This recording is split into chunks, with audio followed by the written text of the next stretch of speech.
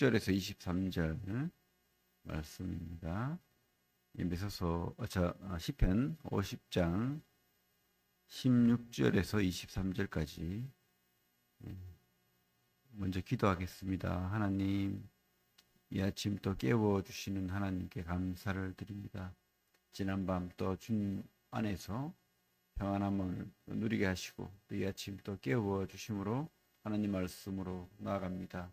주여, 우리 삶이 항상 주님 안에 주님이 원하시는 그런 주님과 함께하는 말씀으로 사는 복을 누리게 하시길 원합니다. 우리에게 우리 마음을 또 깨끗하게 하시고 또 주님 말씀을 기억하고 순종하는 하루 되게 하여 주시옵소서. 예수님 이름으로 기도합니다. 아멘. 우리 한번 같이 읽겠습니다. 시편 50편 16절에서 23절 시작. 악인에게는 하나님이 이르시되 내가 어찌하여 내 율례를 절하며 내 언약을 내 입에 두느냐. 내가 교훈을 미워하고 내 말을 내 뒤로 던지며 도둑을 본즉 그와 연합하고 간음하는 자들과 동료가 되며 내 입을 악에게 내어주고 내 혀로 거짓을 꾸미며 앉아서 내 형제를 공박하며 내 어머니 아들을 비방하는도다. 내가 이 일을 행하여도 내가 잠잠하였더니 내가 나를 너와 같은 줄로 생각하였도다. 그러나 내가 너를 책망하여 내 죄를 내 눈앞에 낱낱이 드러내리라 하시는도다. 하나님을 잊어버린 너희여, 이제 이를 생각하라. 그렇지 아니하면 내가 너희를 찢으리니 건질 자가 없으리라. 감사로 제사를 드리는 자가 나를 영화롭게 하나니 그의 행위를 옳게 하는 자에게 내가 하나님의 구원을 보이리라. 속지 않으시는 하나님이라는 제목으로 말씀 나누기를 원합니다. 속지 않으시는 하나님. 하나님은 그죠? 순진하게 썼고 우리가 겉으로 하는 위선적인 것도 다 모르고 이렇게 속는 그런 하나님은 아니죠.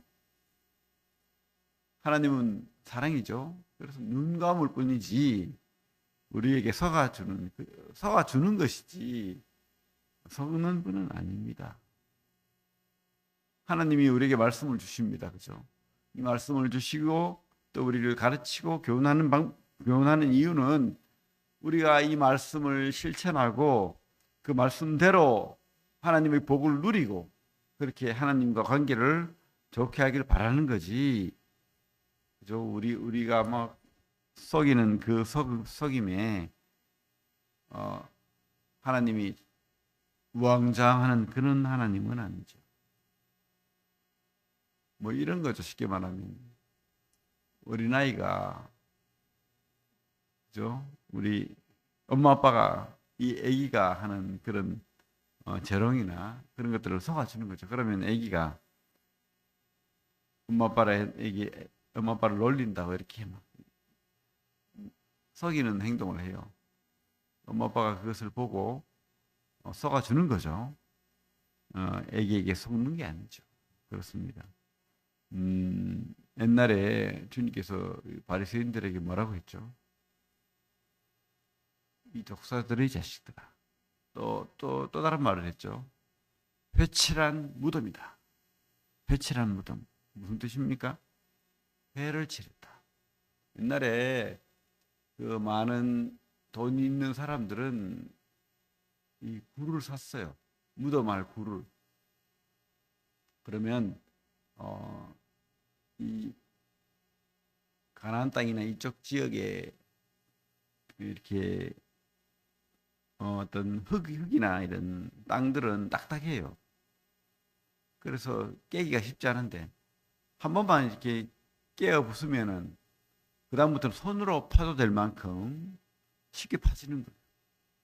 그래서 굴을 이제 절벽이나 이런 땅을 파서 굴을 내어서 거기다 가족 무덤 아니면 자기 개인적인 무덤을 하는 거예요. 그래서 부자는 아주 좀 넓고 좋은 곳에 그렇게 굴을 파서 무덤을 내는 거죠.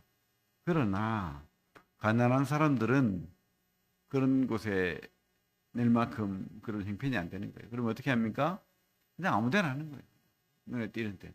우리 옛날에 산에 그런 이름 모를 무덤들이 많듯이 아무 데나 이렇게 막 땅을 파고 해가지고 사람이 길을 다니는 곳에도 무덤을 내어서 그렇게 사람을 묻어두는 거예요. 그럼 어떻게 합니까? 무덤이라는 표시를 해야 되잖아요. 십자가 모양으로 그렇게 무덤을 표시한 유럽의 그런 공동 무덤처럼 유대인들은 이렇게 색깔을 가진 회칠, 그죠? 눈에 띄는 색깔을 가진 그런 분필처럼 이렇게 X자나 이런 모습 모양을 해놓는 거예요. 아, 여기는 무덤이다. 부정탄다. 시체를 밟고 그렇게 하면 유대인들은 부정타기 때문에 피해서 가는 거죠. 그죠? 무덤은 회칠한 무덤. 그래서 회칠한 무덤. 그 같은 길인데 무덤이. 그럼 어떻게 해요? 피해 가야죠. 그게 밟고 가면 안 되겠죠. 그게 뭐죠? 겉과 속이 다르다는 겁니다. 겉과 속이 다른 위선적인 신앙을 한다. 이것에 대한 어떤 그런 격언인데 우리 16절부터 20절 다시 보면 같이 한번 읽어볼게요. 위선적인 신앙의 모습을 하나님께서는 이렇게 표현합니다. 악인에게는 하나님이 이르시되 내가 어찌하여 내 율례를 전하며 내 언약을 내 입에 두느냐. 말씀으로는 그죠? 우리가 말씀을 읽고 그렇게 묵상을 한다는 거죠. 하지만 17절에 내가 교훈을 미워하고 내 말을 내 뒤로 던지며 도덕을 본즉 그와 연합하고 간음하는 자들과 동료가 되며 내 입을 악에게 내어주고 내 혀로 거짓을 꾸미며 앉아서 내 형제를 공박하고 내 어머니 아들을 비방하는도다. 겉으로는 속으로는 좋은 교훈에 대한 말씀을 묵상하고 기도도 참 거룩하게 하고 그죠? 금식도 하고 뭐 11조도 내고 예배 잘 드리고 그런데 그죠? 속마음은 뭐요? 교훈을 미워하고 하나님 말씀 어떻게 해요? 등 뒤로 던져버리고 악에게 혀가 그죠? 악에게 내어줌이 되고 그래서 어떻게 해요? 동료, 형제, 가족을 비방하고 참 우리가 우리 스스로를 돌아보게 돼요. 위선적인 시, 잘못된 시, 그죠? 다 이런 모습이 있죠 어느 정도. 뭐 완벽한 사람이 있겠습니까? 사람이 좋아 보이다가 또 싫어 보이다가 또 악할 때도 있고 하지만 그 근본이 하나님 앞에 절대 회개하지 않고 하나님 사람에게 보이기 위한 신앙을 한다는 거예요. 하나님을 무시하는 거죠. 쉽게 말하면 하나님이 없는 것처럼 그렇게 위선적인 사람에게는 잘 보이려고 하고 이 눈동자처럼 우리 보고 계시는 그 하나님은 없는 것처럼 무시하는 거죠. 그죠? 그런데도 하나님께서 어떻게 해요? 참고 회개하기를 진짜 구원받기를 주님 알기를 기다립니다. 21절 같이 읽겠습니다. 내가 이 일을 행하여도 내가 잠잠하였더니 내가 나를 너와 같은 줄로 생각하였도다. 그러나 내가 너를 책망하여 내 죄를 내 눈앞에 낱낱이 드러내리라 하시는도다. 겉으로는 장로고 겉으로는 목사고 겉으로는 훌륭한 성도같이 새벽기도 인도도 하고 그죠? 기도하고 하는데 그 속에는 하나님이 없어요. 가짜 신앙인들 많죠. 자유주의자들. 성경을 안 믿죠? 그러면서 사회운동 한대요. 약자를 위한 신앙을 해야 된대요. 말로는. 저는 참 제일 위선적인 신앙이라고 봐요. 사회운동을 하고 가난한 자들을 돌봐야 된다고 하고 그러면서 그 속에 하나님은 없습니다. 자기 멋대로 하는 거죠. 자기 생각대로 하는 겁니다. 철학대로 하는 거예요. 하나님 말씀은 온데간데 없고 복음은 없습니다. 그렇죠?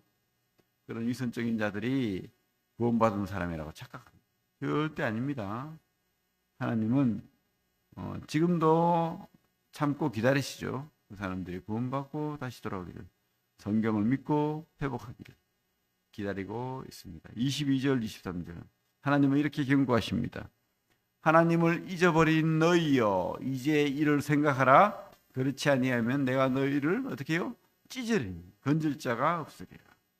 감사로 제사를 드리는 자가 나를 영원롭게 하나니 그 행위를 옳게 하는 자에게 내가 하나님의 구원을 보이리라. 그죠? 진짜 우리는 하나님을 두려워요. 이 말씀을 하나님 앞에 무릎 꿇고 두려워요. 하나님 살아계시고 이 하나님이 우리에게 교훈과 책망과 바르게 함과 의로 교훈받기를, 변화받기를, 그리고 또 진짜로 진심으로 하나님 앞에 복음으로 구원받기를 원하시는 거죠. 위선적인 바리새인처럼 겉으로는 그죠? 좋게 좋은 길처럼 보이지만 자신의 그 속에 썩은 시체가 있는 무덤처럼 그렇게 살지 않기를 하나님은 이렇게 말씀으로 오늘도 우리에게 교훈한다고 믿습니다. 오늘 우리가 진심으로 하나님 앞에 신앙하는 그런 하루 되게 해달라고 기도해야 되겠습니다. 기도하겠습니다. 하나님, 참 오늘 하루도 주님 은혜로 살게 됨을 고백합니다. 우리는 어리석게도 눈에 보이는 대로, 내가 생각하는 대로, 내 마음이 원하는 대로 그렇게 살 때가 많음을 고백드립니다. 하나님, 우리 죄악됨, 미련함, 어리석음 주님 앞에 내어놓고 기도할 때 주님 용서해 주시고 또 우리에게 회개할 마음을 주시고 회칠한 무덤처럼 그렇게 썩은 시체 나는 그런 것들이 우리 속에 있지 않기를 원합니다. 말씀으로, 주님으로, 성령으로 우리를 깨끗하게 청소해 주시고 온전히 주님 앞에 순종하는 그런 진실된 마음으로 오늘 하루 살게 되기를 원합니다. 예수님 이름으로 기도를 드립니다. 아멘.